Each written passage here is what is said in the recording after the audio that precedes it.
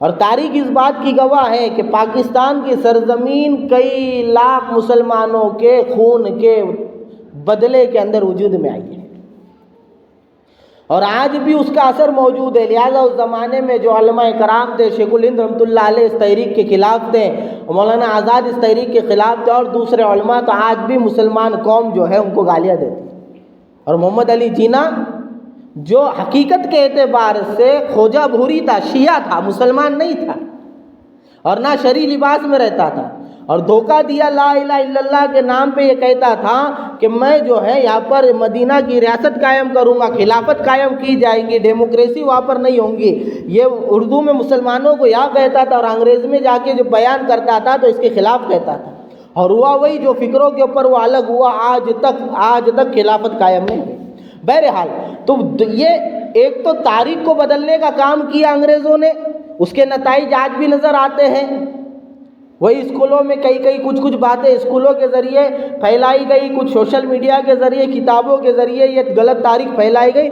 درجہ سیاسی اعتبار سے ایک جو ہے اسلام کے نام پہ شدت پسندوں کی ایک جماعت تیار ہو گئی، بہرحال وہ جماعت نے پاکستان کا حصہ لے کے الگ ہو گئی، لیکن دوسری جو جماعت تھی سنگھ پریوار، وہ ہندوستان ہی کے اندر رہا، اور اس نے آہستہ آہستہ اتنی طاقت بنا لی کہ آج حکومت میں لیڈ کر رہا ہے۔ لہٰذا جب سے تو انہوں نے ہی جو اختلافات پیش کیے ہیں، اس میں ایک بابری مسجد کا بھی، وہ جو تاریخ غلط لکھی گئی تھی 1822 کے پہلے، کسی ہندو نے، کسی پنڈت نے، کسی شنکر آچاریہ نے کبھی یہ دعویٰ نہیں کیا تھا کہ ایودھیا کے اندر جو بابری مسجد ہے وہ مندر کو توڑ کر بنائی گئی ہے، اور یہ بات نہیں کہی جاتی تھی عام طور سے کہ وہ جو ہے جنم استان ہے رام کا، یہ انگریزوں کے ڈالے ہوئے بیج ہیں۔ پھر اسی کو مدعا بنا کر ہر پارٹی نے فائدہ اٹھایا، ایسا نہیں کہ صرف بی جے پی فائدہ اٹھا رہی، کانگریس نے بھی، دوسرے پارٹیوں نے بھی فائدہ اٹھایا۔ جیسے میں نے کہا کہ دوسری سرزمینیں تو الگ رہی، پنجاب کی کتنی مسجدیں غیر آباد ہو گئے اور وہاں پر ہو گئے، خود ایودھیا کے اندر 165-166 کے قریب مسجدیں تھیں، اس میں سے کئی ایک مسجدیں جو غیروں کے قبضے میں چلی گئی، اس کی کبھی سننے کو بات نہیں ملتی۔ بابری مسجد کا سیاست کا ووٹ کا مدعا بنایا گیا، اس لیے سننا۔ بہرحال یہ مختصر جو ہے اس کی یہ بات تھی۔ اب یہ سمجھتے ہیں حقیقت کے پیرائے کے اندر، یعنی منصف مزاج بن کر، مسلمان بن کر، نہ ہندو بن کر، بلکہ ایک ریسرچ کے تحت ہم سمجھنے کی کوشش کرتے ہیں کہ بھائی نمبر 1 یہ الزام ہے کہ بابری مسجد کو مندر توڑ کر بنایا گیا، کیا یہ حقیقت ہے؟ ایک نمبر 2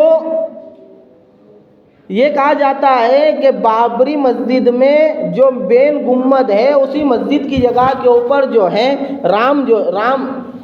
شری رام جو ان کے بھگوان ہیں وہ پیدا ہوئے تھے، کیا یہ حقیقت ہے؟ اب مان لیتے ہیں تو کیا کہا جاتا ہے کہ ایودھیا میں پیدا ہوئے ہیں۔ تو میں نے دوسرا سوال اٹھایا تھا کہ ایودھیا واقعتاً وہی ایودھیا ہے یا کوئی اور ہے؟ تو ایودھیا کے اعتبار سے بھی بہت اختلاف ہے۔ بعض لوگوں کا کہنا یہ ہے کہ ایودھیا 2 تھے، ایک وہ جس کو رام نے بسایا تھا، اور ایک وہ جو ان سے پہلے بسا ہوا تھا۔ تب کون سے ایودھیا کے اندر پیدا ہوئے اس کی تحقیق نہیں، اور ایودھیا ہی کے اندر پیدا ہوئے۔ ایک جو ہے رامپور کے پنڈت کہتے ہیں کہ اصل میں رام جو ہے وہ رامپور میں پیدا ہوئے۔ ایک پنڈت صاحب کہتے ہیں کہ اصل میں رام جنم بھومی وہ ہریانہ کے اندر ہے۔ نیپال کے ابھی قریب کے وزیر اعظم گزرے، ان کا کہنا یہ ہے کہ نیپال میں پیدا ہوئے۔ رامپور والے کہتے ہیں رامپور میں پیدا ہوئے، ہریانہ والے کہتے ہیں ہریانہ میں پیدا ہوئے۔ نیپال کے وزیر اعظم کہتے ہیں کہ سابق کچھ پہلے کے کہ بھائی نیپال میں پیدا ہوئے، اور ایودھیا جو ہے نا، ایودھیا وہ یو پی والا ایودھیا نہیں ہے، وہ نیپال والا ایودھیا، اور اس کی جگہ بھی بتائی انہوں نے۔ اور آرکیا ٹیکنالوجی سروس کی جو سنگھٹن تھی، ان کی تحقیق تو یہ ہے، انہوں نے ایودھیا کو اٹھایا ہندوستان سے پاکستان میں رکھ دیا۔ پاکستان میں ایک ضلع ہے ڈیرہ اسماعیل خان، پاکستان کا ایک ضلع ہے ڈیرہ اسماعیل خان. تو ان کی تحقیق اور ریسرچ یہ ہے کہ یہ جو ایودھیا ہے وہ یو پی میں نہیں ہے بلکہ پاکستان کے ضلع ڈیرہ اسماعیل خان کے اندر ہے. اب ہریانہ والوں کی مانیں، نیپال والوں کی مانیں، یا ڈیرہ اسماعیل خان کو صحیح مانیں، کس کو مانیں، اس میں بھی اختلاف ہے. تو بات ثابت ہو گئی کہ بھائی کوئی ایک ایودھیا نہیں تھا. اگر مان لیں کہ تھی ایسی کوئی شخصیت تو پیدا کہاں ہوئی، کون سے ایودھیا کے اندر پیدا؟ اور ان کے یہاں تاریخ بھی جو ملتی ہے نا کتنے سال پہلے تھا، کیا اس سے بھی پتہ چلتا ہے کہ جس زمانے کے اندر رام جی کے حکومت کی بات ایودھیا کے اندر کی جاتی ہے کہ 1100 سال حکومت کی ہے، اس کی جب بات کی جاتی ہے تو جو زمانہ نکلتا ہے اس زمانے کے اعتبار سے اس زمانے میں ایودھیا نام کا کوئی شہر ہی نہیں تھا. اگر تھا بھی تو اس زمانے میں کوئی جو ہے انسانی آبادی وہاں پر ثابت نہیں. چلو مان لو ایودھیا میں پیدا ہوئے تھے تو کہاں پیدا ہوئے تھے؟ تو یہ رپورٹ خود ہندو ریسرچ اور رپورٹر نے دی ہے کہ ایودھیا کے اندر 30 مندریں کم سے کم. اپنے سابق ایک وزیر تھے، ان کے لڑکے نے خود جو ہے بیان میں کہا تھا، نام نہیں یاد آ رہا مجھے، کہ کم سے کم 30 مندر کے پجاری یہ کہتے ہیں کہ رام جی اس مندر میں پیدا ہوئے. ایودھیا والے بھی کہتے ہیں کتنے؟ 30 مندر. پھر آگے دیکھ لیا جائے، چلو بھائی ایودھیا بابری مسجد ہی کے اندر پیدا ہوئے تھے مان لو. تو جب دیکھا جاتا ہے حقیقت کے اندر کہ بابری مسجد کے اندر وہ کہتے ہیں نیچے جہاں امام کے کھڑے ہونے کی جگہ وہی پیدا ہوئے تھے. تو کورٹ کے فیصلے کے اندر یہ بات ہے کہ سب سے پہلے جو دعویٰ کیا گیا تھا وہ یہ دعویٰ کیا گیا تھا کہ یہ مسجد کے سامنے جو چبوترا بنا ہے یہ جنم بھومی ہے، یہ جنم استان ہے. اس سے پہلے اور عدالت نے جو فیصلہ بھی دیا تھا وہ کسی ثبوت کی بنیاد پہ نہیں دیا تھا بلکہ ایسے ہی چلو مان لو کہ یہ جنم بھومی ہے. اور عدالت کورٹ یہ تسلیم کر چکی ہے کہ یہ ثبوت کسی بھی تاریخی شہادت سے نہیں ملتا کہ مندر توڑ کر مسجد بنائی گئی ایک، اور یہ ثبوت بھی نہیں ملتا دلائل کی روشنی کے اندر کہ اسی جگہ پہ جنم استان تھا.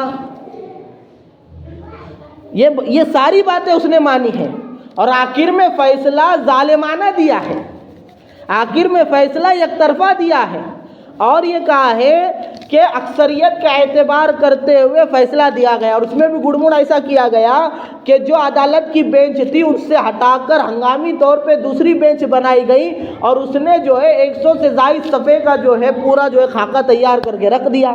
اور آخر کے اندر عدالت فیصلہ سنا رہی ہے کہ حکومت جو ہے جلدی سے اس کا ہندو ٹرسٹ بنائے اور جو ہے اس کے اعتبار سے حکومت کا جو ٹرسٹ رہے گا اسی کے اندر جو ہے پوری مندر کی جو ہے تعمیری کام کیا جائے گا.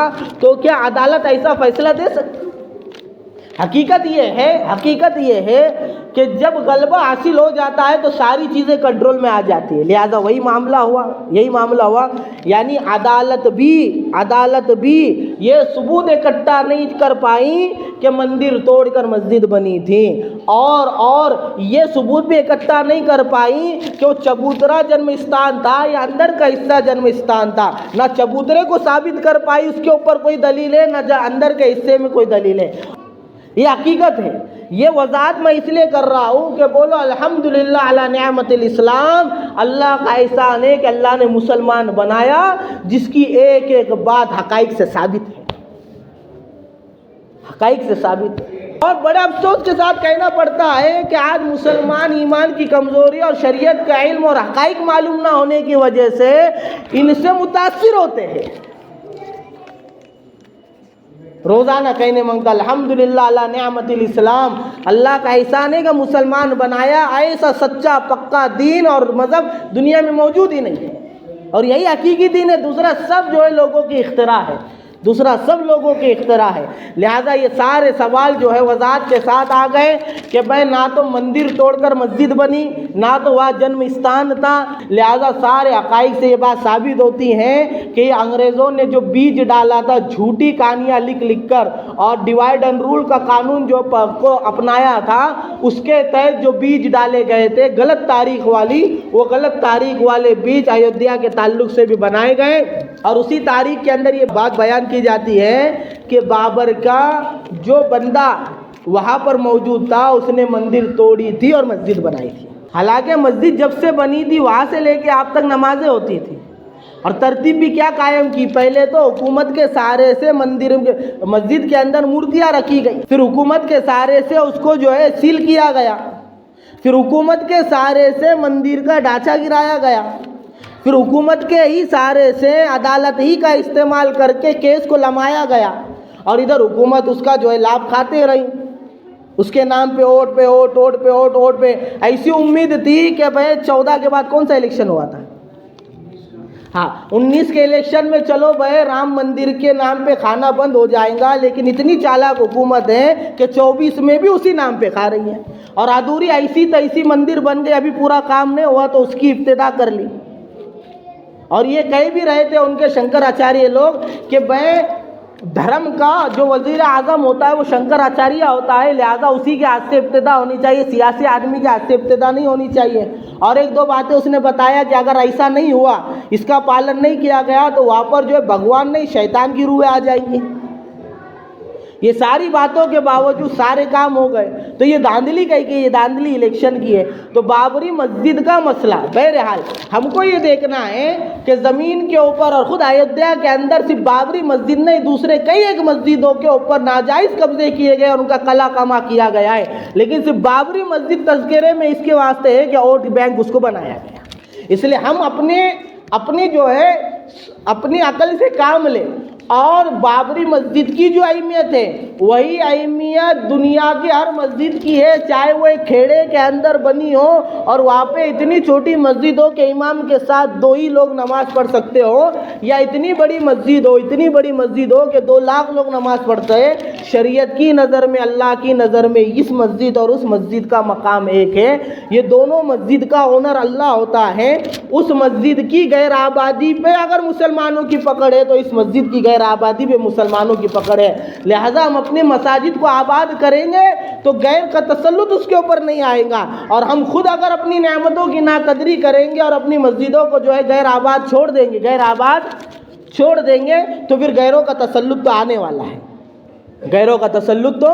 والا ہے۔ اس لیے اب بابری مسجد کے بعد، اور خود جو ہے نا ایک سکھ بندہ ہے، اس نے اپنی کتاب لکھا اور اس کے اندر RSS جو یہ سنگھ پریوار آگے بڑھ کے RSS بنا، یہ RSS کے جو پوری ترتیب کام کرنے کی لکھی ہے اس کے اندر یہ باقاعدہ ان کا لکھا ہوا ہے، اس کو بندے نے لکھا اور ان کے ڈاکومنٹ سے نقل کر لکھا کہ ان کا کام کیا ہے کہ جتنے مسلمانوں کے وہ ہے پراپرٹیز ہے وقف کی اور یا اجتماعی، جیسے مسجد، مدرسہ، درگاہیں، اس پہ وقف زمینیں، اس پر جو ہے بورڈ لگا دینے کے، اور قانون کے اندر یعنی وہاں آفس میں جا کے ڈبل پیپر کر دینے کے، پھر اس کو مدعا بنا کے لڑتے رہنے کا۔ یہ گوہا کا کیا کیس ہوا کہ چند سال پہلے کے پیپر یہ بتاتے کہ وہاں پر مندر تھی، اس سے پہلے کے پیپر بتاتے کہ جو ہے درگاہ تھی۔ اصل میں وہ درگاہ کا اور اس کا مسئلہ نہیں ہے، اس کے اوپر 30 ایکڑ زمین ہے، 30 ایکڑ، لیکن وہی آفس میں جا کے پیپر ڈبل کر دیے، پھر تسلط پا کر، پھر حکومت کا سہارا لے کر، اور مسلمان خود نہیں کر پا رہا ہے، حکومت کا سہارا لے کے آپ مندر بھی رکھ دیا اور پوجا پاٹ شروع کر دی، تھوڑے دن سے 30 ایکڑ پہ بھی قبضہ ہو جائیں گا، اور مسلمان بستی جو آباد ہے وہ پوری جو ہے درگاہ کی زمین پر ہے، اور مسجد بھی جو بنی ہے گوا کی وہ درگاہ کی زمین پہ، جب اس کو جب مندر کی زمین ثابت کر لیں گے مسلمانوں کو وہاں سے نکال کے پھینک دیں گے، مسجد بھی گرا دیں گے۔ تو یہ ترتیب ان کی قائم ہے، اسی ترتیب پر محنت کر رہے ہیں۔ میری اور آپ کی ذمہ داری کیا ہے؟ میری اور آپ کی ذمہ داری یہ نہیں ہے کہ کافر کے طرف سے اور جو ہے ظالم کی طرف سے کوئی ظلم آ جائے اور ہم جو ہے اپاسن کے اندر بیٹھ جائے اور پیدل جو ہے چلے جائے، حکومت کو منائے اور یہ منائے وہ منائے، اس سے کچھ ہونے والا نہیں ہے، حالات بد سے بدتر ہوتے جا رہے ہیں۔ حل وہی ہے جو میں نے شروع میں کہا کہ حالات کیوں ہے؟ حالات اس لیے ہے کہ ہمارے اعمال خراب ہے۔ آج بھی اگر مسلمان 100% دین پہ آنے کی ٹھان لیں گا، اللہ کی مدد ہے، اس کے بغیر نہیں آ سکتی، مدد نہیں آ سکتی۔ اتنے حالات دیکھنے کے بعد بھی ٹس سے مس نہیں ہے۔ ادھر ایک طرف فلسطین کا اسٹیٹس رکھتا ہے مسلمان جو ہے موبائل کے اوپر، اور دوسری طرف شادی کے اندر ناچ گانے کر رہا ہے۔ ایک طرف فلسطین کی جو ہے بچوں کی شہادت کے قصے دیکھتا ہے، دوسری طرف شادی میں اور جو ہے دوسری جگہ پہ فضول خرچیاں کر رہا ہے۔ ایک جگہ ان کی باتیں کرتا ہے، دوسری جگہ سودی کاروبار میں لگا ہے، ایک جگہ جو ہے فلسطین کے شہیدوں پہ خوش ہوتا ہے اور جو ہے میوزک کے ساتھ اسٹیشن لگاتا ہے اور جو حجاب کے پاس بیٹھ کے داڑھی چھلواتا ہے، رات کو جو ہے امت کے حالات کے اوپر گفتگو کرتا ہے، ایسی فکریں کرتا ہے کہ فجر میں ہی سو جاتا ہے۔ یہ تو کیفیت ہو چکی ہے ہماری، کیسے اللہ کی مدد آئے گی؟ آج اللہ معاف کرے اگر یہی حالت رہی تو ایک بابری مسجد کی جگہ پہ مندر نہیں بنیں گی۔ ان کا پلان تو ہر مسجد کی جگہ کو مندر بنانا اور ہر مدرسے کو گرودوارا اور دوسرے چیزیں بنانا ان کا مقصد بن چکا ہے، اور وہ اپنے مقصد کے اوپر کام کر رہے ہیں۔ انگریزوں نے جو ترتیب قائم کی تھی، انگریزوں نے کیا ترتیب قائم کی تھی؟ انگریزوں نے یہ ترتیب قائم کی تھی، اولاً تو جیسے میں نے بتایا ہندو مسلمان کے اتحاد توڑنے کے لیے دو کام کیے، ایک قلم کا استعمال کیا اور ایک سیاست کا۔ تو سیاست کے پاداش میں سنگھ پریوار کو ترتیب دی، اور دوسرا مسلمان کو شدت پرستی پہ پاکستان کا عنوان لے کے کھڑا کیا۔ وہ عنوان لے کے چھوٹا سا ٹکڑا لے کے مسلمان ادھر چلے گئے، باقی ادھر رہ گئے۔ اگر ڈیموکریسی کی نظر سے بھی اگر دیکھا جاتا تو پاکستان میں جو مسلمان ہیں اور ہندوستان میں جو مسلمان ہیں دونوں ایک جگہ پر رہتے، اور اکھنڈ جو ہے بھارت جو پہلے تھا وہ اگر ہوتا تو ڈیموکریسی کے اندر بھی مسلمانوں کی کیفیت کچھ اور ہوتی، لیکن وہ دھاندلی فیصلہ انگریزوں نے کرایا تھا۔ دوسرا جو قلم کا استعمال کیا تھا نا، قلم کے استعمال میں ایک تو تاریخ بدلی اور دوسرا ذہن بدلنے کے لیے نصاب بدلا۔ اس سے پہلے میں وضاحت کے ساتھ کر چکا ہوں کہ لارڈ میکالے کو برطانوی سامراج نے خاص بلایا تھا اور یہ نصاب ترتیب دینے لگایا تھا کہ ایسا نصاب اسکولوں کا بنایا جائے اور آنے والی ہندوستانی قوم کو ایسا جو ہے ایسی تعلیم دی جائے، اندر سے اس کا ایسا ذہن بدلا جائے کہ اس کی ٹوپی اتارنے، اس کا ٹکا صاف کرنے، اس کی داڑھی اتارنے، اس کا تکنا پیجامے کے نیچے کرنے، تکنے سے پیجامہ نیچا کرنے اور جو ہے مسجد سے دور کرنے اور دنیاوی زندگی کو ترجیح دینے کے لیے بولنا اور ڈانٹنا نہ پڑے، یہ اندر سے ایسا تیار ہو جائے کہ ہماری مرضی کے مطابق چلے۔ لہذا وہی ہو رہا ہے۔ اب جو حکومت ہے یہ حکومت اسی پیٹرن کو فالو کر رہی ہے، لہذا انہوں نے اب اسکولوں کے اوپر حملہ کر دیا۔ اب اسکولوں کے اندر یس سر کی جگہ پہ جو انہوں نے یس سر دے کے گیا تھا، اب جے شری رام بولا جا رہا ہے۔ ریلی کے اندر دوسرے نعرے تھے، ابھی یہ جے شری رام کے نعرے ہیں۔ اب وہ اسی پیٹرن کو فالو کر اب جو ہے ان کے دھارمک کتابیں، دھارمک جو ہے آستھا کی باتیں یہ آہستہ آہستہ نصاب میں گھساتے چلے جائیں گے، اور ان کی کوشش بھی وہی ہے کہ جو انگریزوں نے آ کر ایسا نصاب دے کر گیا کہ ہماری قوم انگریز کے ہم خیال ہو گئی، اب یہ ایسے نصاب کو ترتیب دینا چالو کر رہے کہ ان کی قوم ہندو بن جائے، آنے والی قوم ہندوازم کو پیر کرنے والی، اس کو اپنانے والی بن جائے۔ یہ کوشش ان کی جاری ہے اور مسلمان غفلت کے اندر ہے۔ اس لیے میرے عزیزوں اب ضرورت اس بات کی ہے کہ ہم ذرا ہوش میں آئے، اور صرف جو ہے یہ بولنے سے نہیں ہوگا بلکہ پریکٹیکل زندگی کے اندر یہ کرنا پڑیں گے۔ دیکھو اصل کے اعتبار سے تو اسکول کا جو ہے میں بالکل قائل نہیں ہوں، لیکن امت کا ہر بندہ جب اسکول پڑھا ہی رہا ہے تو سب سے پہلے ابتدا کرو۔ دیکھو شریعت میں کوئی ایجوکیشن جائز نہیں ہے، بچہ اور بچی ساتھ میں پڑھے یہ جائز نہیں ہے۔ تو معاشرے میں سے کوئی افراد کھڑے ہو، وہ موجودہ اسکول ہے ان کو جا کر بولے یا درخواست کرے یا نئی اسکولیں ایسی قائم کرے جس میں پہلے دن سے آخر تک بچی اور بچیوں کی تعلیم الگ ہو، بچے اور بچیوں کی تعلیم الگ ہو۔ دیکھو ہوتا کیا ہے معلوم ہے کہ بچی جو ہے نا اگر مسلمان اسکول میں بھی پڑھ رہی ہے اور مسلمان کے ماحول کے محلے کی اسکول میں پڑھ رہی ہے، لیکن جب بچہ اور بچی جب ساتھ میں پڑھتے ہیں تو بچپن ہی سے ان کی حیا مر جاتی ہے۔ کئی ایسے واقعات ہیں کہ بچے یہاں پر پڑھے، یہاں ان کی کوئی کارگزاری نہیں آئی ناجائز رشتے کی، لیکن بچپن سے لڑکوں کے ساتھ رہنے سے جو خیالات بنے تھے وہ کالج میں جانے کے بعد کھلا ماحول ملنے کے بعد وہ اس کے اندر لگ گئے، گرل فرینڈ بوائے فرینڈ لیلا مجنوں کے قصوں کے اندر لگ گئے، اور کچھ تو آگے بڑھ کر جو ہے غیروں سے نکاح کرانے والے بن گئے۔ تو کچھ نہ کچھ تو ابتدا کرنا پڑیں گی۔ تو اس کی فکر کی جائے کہ کوئی ایجوکیشن سب سے پہلے ختم کیا جائے کہ بھائی پڑھا رہے ٹھیک ہے، پڑھاؤ، پڑھانا ہی ہے تو پڑھاؤ، لیکن کم سے کم کوئی ایجوکیشن، کوئی تو آگے بڑھ کر جو ہے اس کی فکر کرنا پڑیں گی، ورنہ صرف جو ہے یہ باتیں رہ جائیں گی. کسی نے اچھا ڈائلاگ مارا تو ہم خوش ہو جائیں مسلمان نے ایسا بولا، کسی غیر نے مسلمان کی تعریف کرا تو ہم خوش ہو جائیں گے مسلمان ہندو ہو کے ایسا بول رہا، اور کسی نے گالی دی تو ہم چڑچڑ کر کے رہ جائیں گے اور حالات بد سے بدتر ہوتے چلے جائیں گے. ان کا پلان ایک بابری مسجد کا نہیں تھا، 100% مسجدوں کا ہے، ایک مدرسے کا نہیں 100% مدرسوں کا ہے. اس لیے سب سے پہلے اپنی آنے والی نسلوں کو اسلامی خیال پنانا پڑیں گے. اللہ رب العزت سے دعا ہے کہ اللہ رب العزت ان حقیقتوں کو سمجھنے کی توفیق عطا فرمائے.